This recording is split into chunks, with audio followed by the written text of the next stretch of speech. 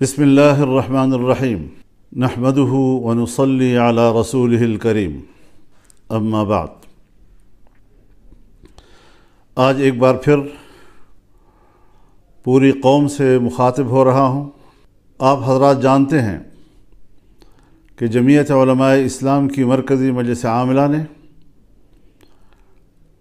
8 فروری 2024 کے الیکشن کے نتائج کو مسترد کر دیا تھا۔ 2018 کے الیکشن میں جو عوام کی حق رائے دہی پہ ڈاکہ ڈالا گیا تھا، 2024 میں ایک بار پھر عوام کی حق رائے دہی پر شبخون مارا گیا ہے۔ ہم نے فیصلہ کیا تھا کہ ہم اس الیکشن کے نتائج کو تسلیم نہیں کریں گے اور ان کے نتائج کو مسترد کرتے ہیں۔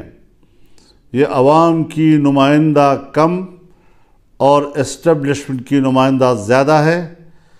ہمیں عوام کی طرف جانا ہوگا، عوام کو اعتماد میں لینا ہوگا تاکہ وہ اپنے ووٹ کے حق کے لیے متحد ہو سکے، ان کی صفوں میں وحدت آ سکے اور وہ اس قابل ہو سکے کہ وہ اپنے ووٹ کو تحفظ دے سکیں اور اپنے حق رائے دہی اس کو محفوظ کر سکے۔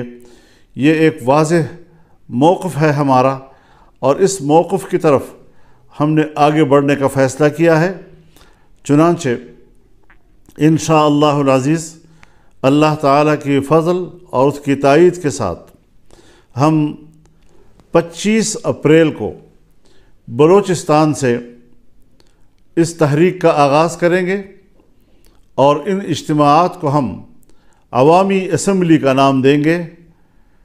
25 اپریل کو بلوچستان میں پشین کے مقام پر بہت بڑا جلسہ کیا جائے گا جس میں بلوچستان کے عوام شریک ہوں گے۔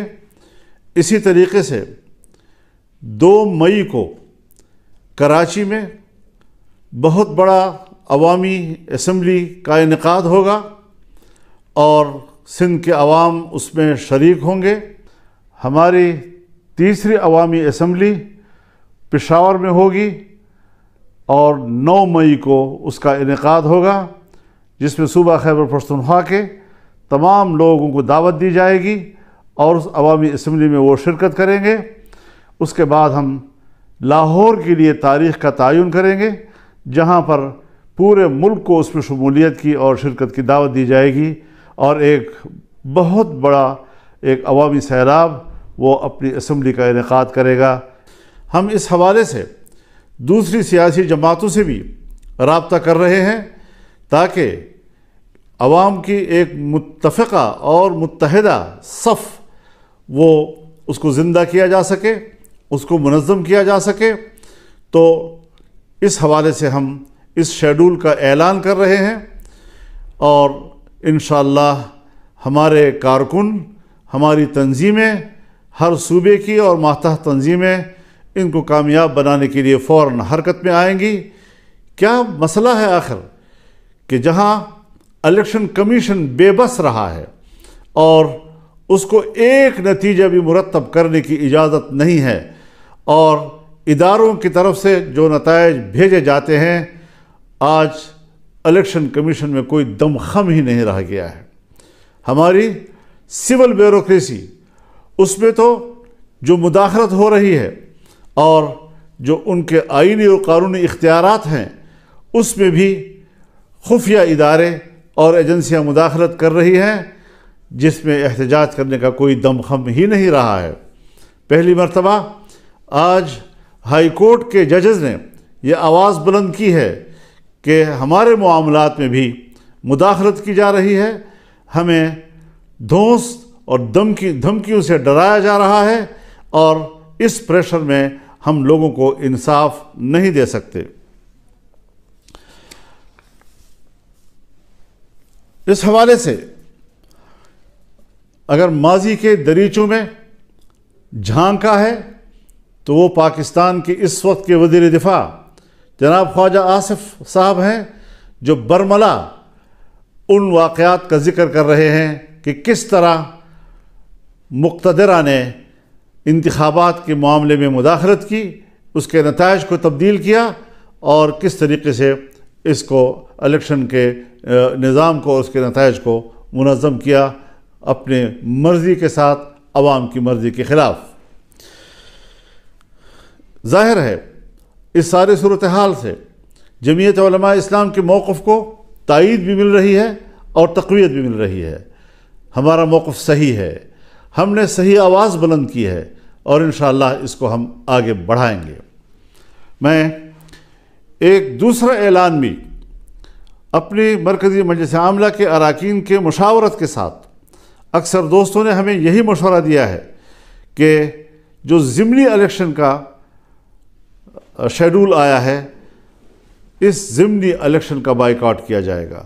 جمعیت علماء اسلام کا کوئی رکن ضمنی الیکشن میں حصہ نہیں لے گا، اور اس حوالے سے یہ بات واضح رہے کہ ہم ضمنی الیکشن چونکہ اسی الیکشن کا تسلسل ہے، اور ہمیں پچھلے نتائج پر اعتماد نہیں، ہم کس طرح سے ضمنی حلقوں میں کوئی انصاف کی توقع رکھ سکتے ہیں۔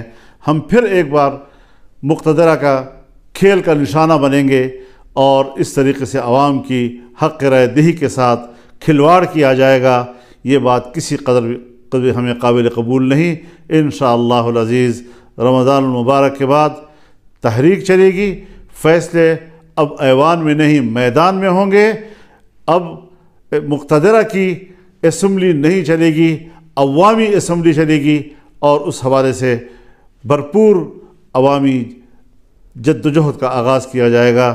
ہم اللہ سے مدد کی درخواست کرتے ہیں، دعا کرتے ہیں کہ اللہ تعالی ہمیں اس مقصد میں کامیابیاں عطا کریں، اور پاکستان کو ایک پرامن اور ایک اسلامی فلاحی ریاست کی صورت میں ہمیں دکھائے۔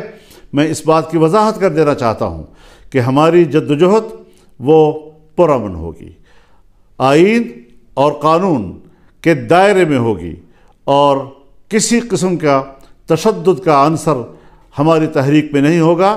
عوام کو حق پہنچتا ہے کہ وہ ملک میں احتجاج کریں اور اپنی رائے سے دنیا کو آگاہ کریں۔ آج عالمی دنیا بھی ہمارے الیکشن پر سوالات اٹھا رہی ہے، ہمارے انتخابات پر وہ اعتماد کا اظہار نہیں کر رہے، کوئی ہچکچا رہے ہیں، کوئی کسی قدر اظہار رائے کر رہے ہیں کہ پاکستان کے اس الیکشن کے نتائج پر اعتماد نہیں کیا جا سکتا۔ اس حوالے سے ہمارا موقف بالکل حقیقت پر مبنی، خود اعتمادی سے بھرپور، اور انشاءاللہ کامیابی کی منزل سے ہمکنار ہونے کے لیے آگے بڑھے گا۔ اللہ تعالی ہمارا حامی و ناصر ہو۔ وآخر دعوانا ان الحمد للہ رب العالمین۔